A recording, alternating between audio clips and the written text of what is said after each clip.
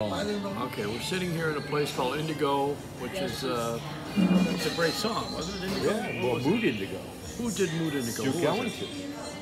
Did you know him? Did not know him. Would have loved to have known Duke. Oh my gosh. You know what Duke did? You want to hear the greatest I heard story he loved you madly, though. Well, he loved a lot of people madly. But let me tell you what Duke did, and then I'll introduce this guy. There was a little dwarf that used to answer the door over at the Cotton Club. Right. When Duke was performing there. Okay. You know that little guy? Did you ever remember him? He was like, no. Remember Johnny from Philip Morris? Right, I remember that him. was at the Beverly Hills Hotel. Right. There's always a dwarf. Right. Even Judy Garland will tell you, you got to have a dwarf. You got to have a dwarf. So there was this guy who was dressed in tails and a short guy. I mean, I don't want to make fun of short people, but I will. So he's at the door every night. I'm not so tall, so it doesn't matter. And so Duke Ellington was missing him one night, and he said, "Where's that half a motherfucker?" Oh my God! Just one of the. That sounds like the basis of a song. I mean, that could become, Indigo. Mood Indigo. Yeah. There you go. Well, there you go. Well, I have a great. I mean, what is this, Joey? This is this like is a hang. Two geeks hanging in coffee shops, this is talking about geek stuff. Chuck at the Granata, bookstore. Charles Granata, who is now retired from what he did for so many big stars. And you're not doing that anymore, are you? Or are you? What do you mean, police officer? No, not that. Oh, that's way behind me. Okay. No, just producing and yeah. I still do a lot of reissue producing and do some radio with Nancy Sinatra at Sirius XM. She's great. I write books about music and pop culture and musical figures and. Do the name Sinatra mean something to you? It certainly means something to me. Besides Nancy, of course, who's great. Yeah, that's true. Nancy is wonderful. So she does a show about her dad and everybody else too, or is it just her father? You know, she was doing her own show. Nancy is a rocker. You know, people don't realize that she was one of the first women to really operate on the cutting edge in rock and roll back in the mid-'60s. And she doesn't get enough credit for that. Everybody thinks of These Boots Are Made for Walking, which was a pivotal moment. Yeah. But, you know, she influenced Madonna and Debbie Harry and, Who's Blondie? And, so many other people. Even today, I have younger girls who want to sing, and they'll ask me if, what do you think if I sang Boots or another song that Nancy sang? And it's really a nice thing. I wish she would be more recognized for it. Well, she has to record for that. She's not making records anymore. Well, it's tough. Why aren't they making records? Why aren't these people... Wait a minute. Why are all the commercials on television about our music when we say our music is dead? How could it be dead? Yeah, you're absolutely right. Well, the problem is there's no radio, Joey. You're a radio guy, and you know... Oh, am I? Well, from what I hear, from what I remember. No, but seriously, there's no radio. So I think for people who are artists today, who are recording new material, there's really no outlet. It's hard for them to get their music heard. You're now as an artist marketed and visible through your social media. Well, let's tell another part of the story here, as long as you brought it up. Mm-hmm. What really made records a hit, of all the people in the configuration, were the promotion men. Absolutely. Because they would go around like salesmen. Right. And they would present the product that you needed to know was performing very well somewhere else. That's right. And selling also jobs that were open in other places. Absolutely. They were reporting the news to disc jockeys. Yeah. Because in the earlier days, disc jockeys used to play their own music. That's right. And then someone figured out that they knew more about the music than the disc jockey did, and they started to in an orderly fashion, play the same records over and over again. Well, remember the days when, an artist would come to the station and bring their fresh cut acetate single to you? And money. And money. Well, that's a whole other and girls. Aspect. Well, and drugs. Yeah, that's a different aspect of the business. Oh. Do you remember that? I miss all that. I could use some of the money. I never took payola because I wanted to be in charge. It was only ego. Right. It was only ego. Right. My father called me a schmuck because I didn't take any payoffs. What did your dad do? My father was a fighter. He was a boxer. Oh. He didn't take any payoffs either. Right. Because he kept losing. Right. Well, that's not. You get knocked on your ass, you're not going to get a lot of bets. That's true. No, he was a good fighter from Italy. You know, my father's Italian. But he settled in Buffalo, right? Yeah, well, you know, that's a mistake. I don't know why I can't come from normal parents. Well, I came from Newark, New Jersey, so. Oh, you mean the Saints? The Saints of Newark? Of Newark, yeah. Yeah, you're one of the Saints. Might be one of the sinners. No. And you know Tommy DeVito's from Orange. Yes. From the neighborhood. Yeah. All those guys. All Joe those Pesci. guys. Yeah. Joe Pesci grew up with my buddy's uncle. They were good friends growing up. And gosh, Frankie Valli was a Newark guy. Charlie Calello, our pal, our mutual friend, Charlie Calello. We did so many wonderful arrangements for Neil Diamond and the Four Seasons. He did a lot of things. Yeah. Who did the Kenny Nolan? I Like Dreaming. Did Charlie do that? I think it was Charlie. I'm not sure. It might have been. Charlie's had so many records you can't I know. even count I them. can't. I don't his have wall would a fall over definitive with all the list. gold records. It's pretty amazing. Yes, it really is. And he was always behind. He was behind the scenes. Yes, very much. And he was an intellectual of sorts, also. Yes, true. You know, he didn't ever announce that, but I always thought he was very. He was very so intelligent. Articulate. Yeah, and, yeah. You know, he's really an amazing guy. Very deep, but a very sweet and humble and generous guy. And he was a cleanup guy. He was a laundryman. You know, all these people make messes of all their careers and all their music, and he would clean it up. Well, he doesn't get credit for that. He came into the Four Seasons when they were, you know, fighting. Yeah, and about to break up. You know, he really kind of saved. Well, you know, I'm the guy that played Sherry for 4 hours and got fired. It's amazing. And I was at the session. Wow. Charlie, well, where was it, at Bell or at... No, Bell is where we did the acetates. Okay. But the session was at State Phillips. Oh, right, that's right. Or was it the basement of the Taft Hotel? One of the two. I think you're right. No, it was at... I forgot. No, I was good friends with Bob. Yeah. Bob thought it was funny. Crewe. Bob Crewe thought it was funny. One of the geniuses behind the... Now that's funny. But it's true, though. He and Bob Gaudy. Well, there was another war. That's true. They fought all the time. But Bob Gaudy was a lot younger. Yeah. And I mean, I was a part of all that. And Bob Crewe, when he first got money, and he lived with Alan Stroh, who was the Swift meat packing. Wow. And they had a triplex on Central Park South. On the 61st, second, and third floor, and they had an indoor pool and a gymnasium. Wow. Lived very lavishly. I would imagine. So I told Bob, I came to visit. I was a disc jockey in Buffalo, you know. Yeah. And I came in, and I'm amazed. You know, we don't live that way in Buffalo. I don't know if you know that. I guess Bob didn't have to bring home the bacon. Well, Bob didn't have to have a plow. That's true. So, you know, I come in, I'm visiting the place, and I said, wow, this is great. So it was my birthday, and I got a card from Bob, which, you know, he was an artist. Yeah. He was an artist. And he hand drew the card, and I opened it up, and it said, Nouveau Riche is better than no Riche at all. That's great. And that was Bob. That is Bob, yeah. But I stayed good friends with him, so when he did Sherry, Charlie always loved his cinema because he was always nice. Good guy. Oh, Charlie's and so salt of the earth. I love the, there's something about Sherry that you probably don't know, but it didn't take a lot of instrumentation. Right. Did you know that? I would imagine it didn't. I mean, because they spent a lot of money on the session they were really there for, I think. The percussion is such a big part of it. I would think that most of it is that beat they had and the these rhythm. boots that were made for walking, and they did. Right. Well, it's wild. And the rest of the band was the Four Seasons. You know, the background with Bob Gaudy on the keyboard. And let's see, what else is there going to tell you about that? Nicky had that baritone voice, and then Frankie Valli was unusual. Beautiful stuff. It was a big hit, but it wasn't supposed to be a hit. Really? No. Wow. It was just something to do at that. Was it a filler song? When you talk to Charlie, ask him. I just had this block in my head. These are my drinking days, you know. But I remember the only reason that I got on board with it was I played everything that Bob ever recorded. Yeah. And I love Bob. Bob was charismatic, you know. Bob was, He was a movie star. I never got to meet him, but I understand that you hit it on the head. Charismatic, and he just had a way of bringing people over to his side.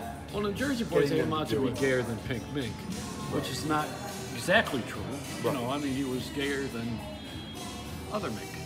Okay. No, man, Bob was a terrific friend, and I mean, I didn't sleep with him, but when he had dementia towards the end, Bob says, you know, he says, I'd like you to be there. I'm going to have my life story written. And I introduced him to Mark. See, I forgot now. Here we go. It's part of the age, you know. I introduced him to a writer, and I said, he does all the biographies of stars. Right. Maybe he'll write your biography. Right.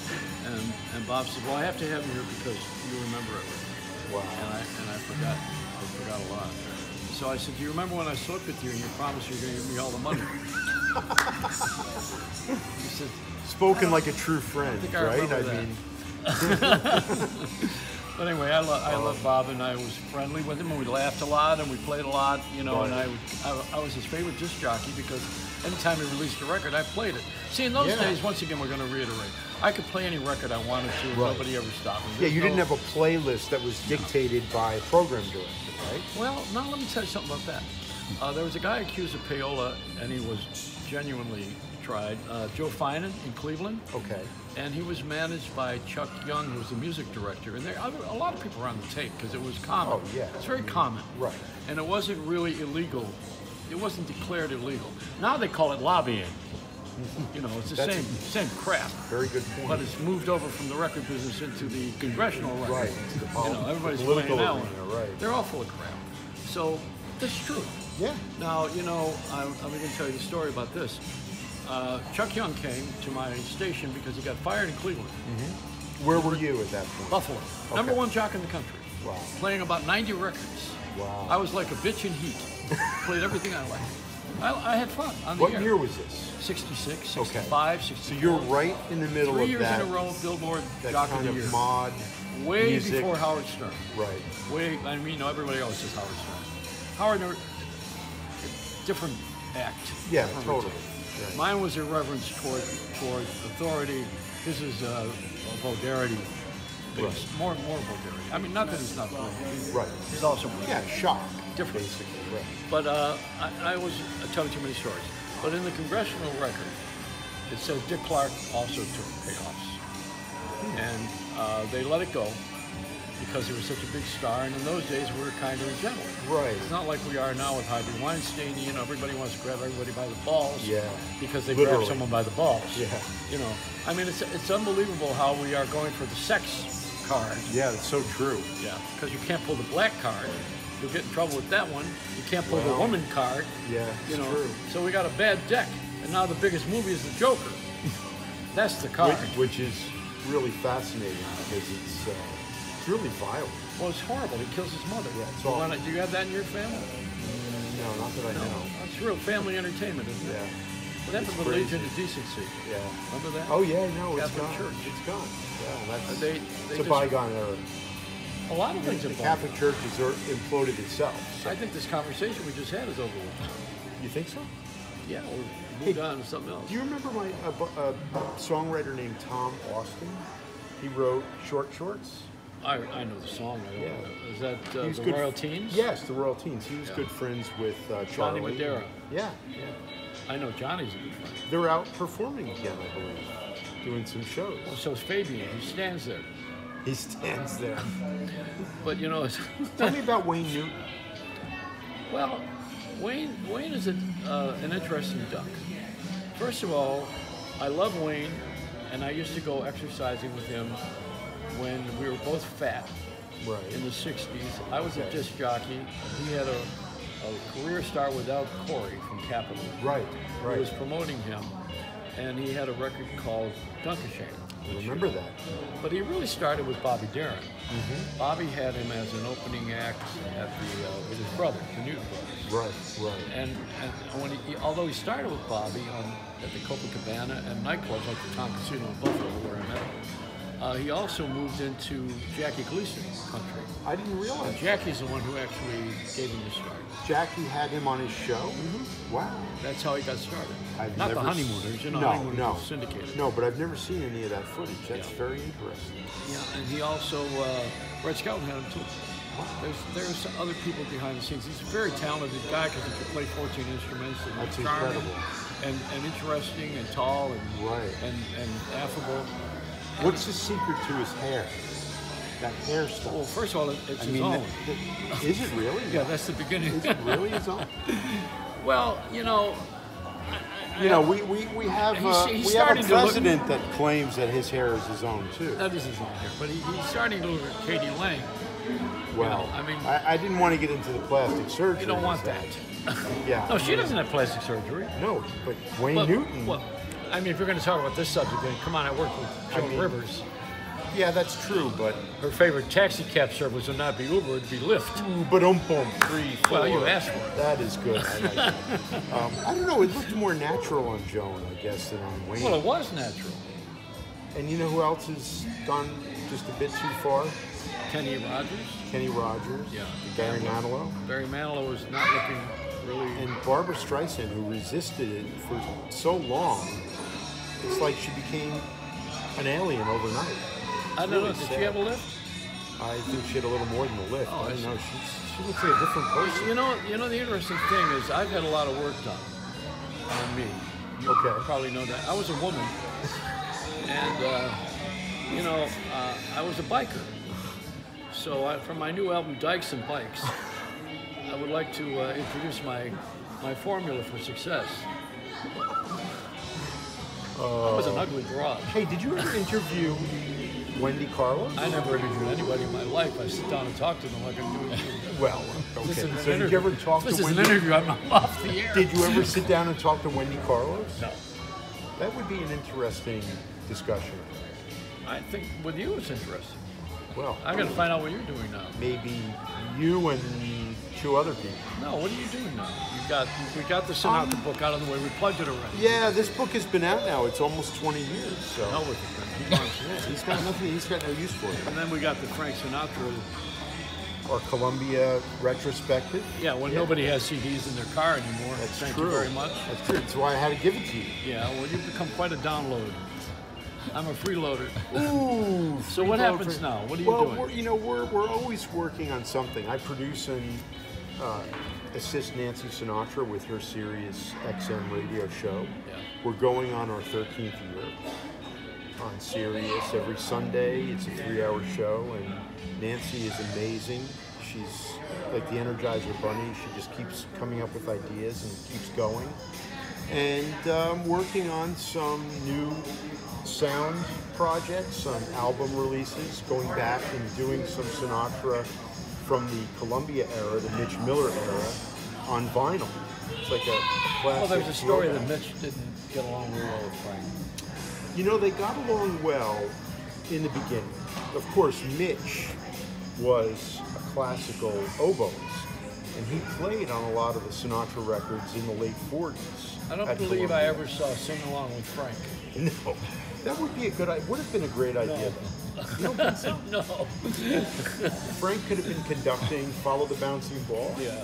But I think in the beginning, Frank respected Mitch, and then, Mitch had some great success at Mercury Records with Frankie Lane and Mule Train, which was a novelty song, which you probably played on the air. I think he was on Mercury. He was on Mercury at And that time. he had a bigger hit than that called Shine.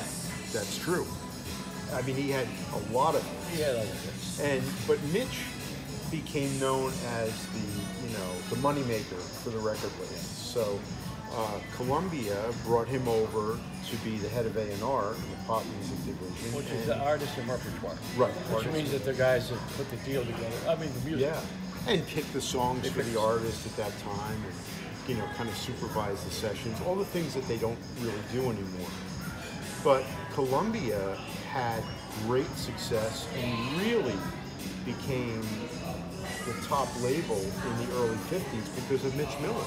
And, the success was with a lot of novelty tunes, as we've talked about. He really, he jump-started the careers of Rosemary Clooney and Tony Bennett and Guy Mitchell and a lot of artists, some who became really famous and some who, fizzled out. But Frank Sinatra didn't want to sing those songs. He didn't want to sing Come On in My House and, the things that Tony Bennett was singing, Boulevard of Broken Dreams. Oh, who's his favorite artist? John Columbia. Well, Vic Damone. Vic Damone, who, by the way, had a wonderful voice, but didn't know what to do with it. He just died this year. Yes. And he was in West Palm. I just saw him. Oh, that's amazing. He's a wonderful guy. He was a great guy. Yeah. He was a sweet man. He used to call me every few months just to say hello, which I thought was so nice. You know, there's a lot of good people off the air, you know, off the record, right, or whatever, you know, whatever performer they are. Yeah, I agree. And there are some of them that are real pricks. Yeah. And I think in this case, you know, Frank Sinatra had a duality. He could be, when he drank, he could be mean. I've heard that. But when he didn't drink, he was sweet as pie. Yeah. And that's the rap on him. I know. I think a lot of artists get a rap that's, you know, maybe has a kernel of truth at its core, but becomes, you know, mythological in a way, and it kind of becomes very well, it's a legend. Far removed from what the truth is. You know? It's like Judy Garland. They did a movie about her from someone who can't sing. You know, I mean, Renee Zellweger she does a nice job of singing herself, but I don't know how you can put yourself as Judy Garland as a one of a kind. You know, I don't want to see that movie. I have no interest because I don't want to see the disruption of someone who's that iconic. And it's the end of her life. You know, there's so much sadness and tragedy there, and it hurt a lot of people.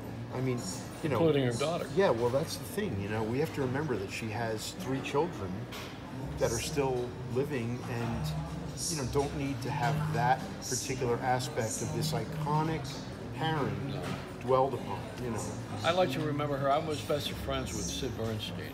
Oh, what a great guy! I met him a few times. And Sid was a wonderful person. Yeah. He's another one of those guys that's really just good. Yeah. I was best of friends with Soupy Sales, with Les Paul. I did stand-up with him every week at the Iridium. You know. I was privileged to get to go to Les Paul's home one time, which was the thrill of a lifetime. I hope you found your way in the house in Mawa. Yeah, well, getting in the house is a little tough sometimes because they literally, first of all, it was jammed, as you know, with every invention he ever thought of. But they never updated the house. I mean, that was the most interesting thing to me. It's like, because he didn't care. Yeah. And you know, after Mary died. Yeah, I think that was tough. Also, he was divorced from her before that. Yes. But you know, they had an autopsy after he died, and he had a guitar-shaped liver. So that's the way it goes sometimes. Where'd they find his pick? No, you know what it was? It wasn't that so much as it was. I was going to say something else, but I'm not going. I know. I get in trouble. I didn't want to lead you down. These that are my path. friends. I know. Well, They poor were. Russ. Russ was a great guy too. He passed away. Well, and also, but there's Gene, Yeah. another son, and Gene is still recording. And He's doing wonderful. He's guy. recording stuff. Yeah. And there's the Les Paul Society. Yes, amazing career, but really the influence that Les had was so far-reaching. Yeah. Well, I was going to tell you about the women he was with in that house. Go ahead. He had a gang twang. No, just a bad joke. Was this like overdubbing them? Was it like he would this add conversation women with one you? on We're top gonna- of the other? They would just keep adding. Les would, you know, it's like he learned how to add tracks right, he did. musically, but he added women the same. Yes, he did. He had one on top of the other. There you go. But That'll give you arthritis. You're not kidding. No, Les really was an amazing. He was one of a kind, another one. These are all one of a kind people. I just mentioned every one of them. That's true. And Wayne Newton is another one. You know, you mentioned Wayne. Back to Wayne. Okay. Wayne was an Indian, and he could not have hair growth easily. So he got hormone shots, and I think they overdid it, frankly. That's my opinion. Well, the only person that rivaled Wayne Newton for the quaff was Elvis, really. The pompadour. Well, Wayne loved Elvis. No, I know. I mean, everybody respected Elvis. And those people that started it all, you can't get over Jerry Lee Lewis and the quartet. I mean, they're all wonderful, every one of them. And they're all individuals. They're different. Yeah. Johnny Cash. Well, it's so interesting that so many people came out of Sun Records. Yeah, well, Memphis was a hotbed. It really was. Yeah. For black songs by white people. Yeah. Because you couldn't be a black person doing the road. Right. You had to be the Green Book, as you know. So how was it for you as a disc jockey back then? You know, I'm sure you wanted to play the black versions of those songs. I did. You did.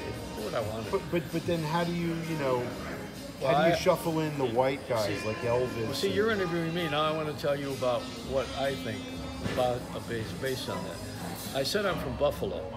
Now let me tell you something about Buffalo. Buffalo is on Lake Erie. Cleveland is on Lake Erie. Right. They call it the mistake on the lake. There's two mistakes. The Hound Dog was in Buffalo, George Lorenz. The Moon Dog was in Cleveland, Alan Freed. Wow. So you had two dogs in a dog fight. But one of them made it to New York. Yeah. That would be Alan Freed. Yes. And he coined the phrase rock and roll. Right. But the Hound Dog really had a radio station called WBLK, which is black, FM. Wow. Long before it was Wow, popular. long before, right. And he also had a tip sheet. He was in on presenting James Brown. And Elvis came to Buffalo for him. That's pretty amazing. Because he was the Hound Dog. Yeah. So, you know, you got a little dog fight going with as to who was the first. And then on the West Coast, you had Mr. Oldies But Goodies, you know, Art LeBeau. Right. And he was one of the pioneers. So these Definitely. guys, they're all, and then years later was Wolfman Jack, and then there's Dick Biondi and myself came on years Cousin later. Brucey. Well, he was a New York icon. Yeah, he was. But he actually followed Murray the K. Yes, true. You know, and Murray the K followed Alan Freed. Right. But I followed the Hound Dog. So I was the next in line of those guys that got on the air and played whatever the hell I wanted and said whatever I wanted. Right. In answer to your question. And the Hound Dog was a payoff guy. But I wasn't. Because I liked the music. But I also went to school with his son. So did you find that to be a problem? No. I didn't have a problem until the Congress was shutting everybody down. No, but I mean, I would think that maybe they would want to go investigate me. No, to the guy who's taking the money. They did go to him. They brought everybody before Congress. So how did you get in there and? Because I wasn't on the take. take. Well, I got popular because I was popular with the people. You know, on my tombstone, it was going to say, Freddie Clestine said it's going to say nobody liked him but the people. I never liked management. That's great. And you know, Howard Stern said to me one day. Do any radio people like management? I mean. Yeah, they do. They suck up and they become management. Right.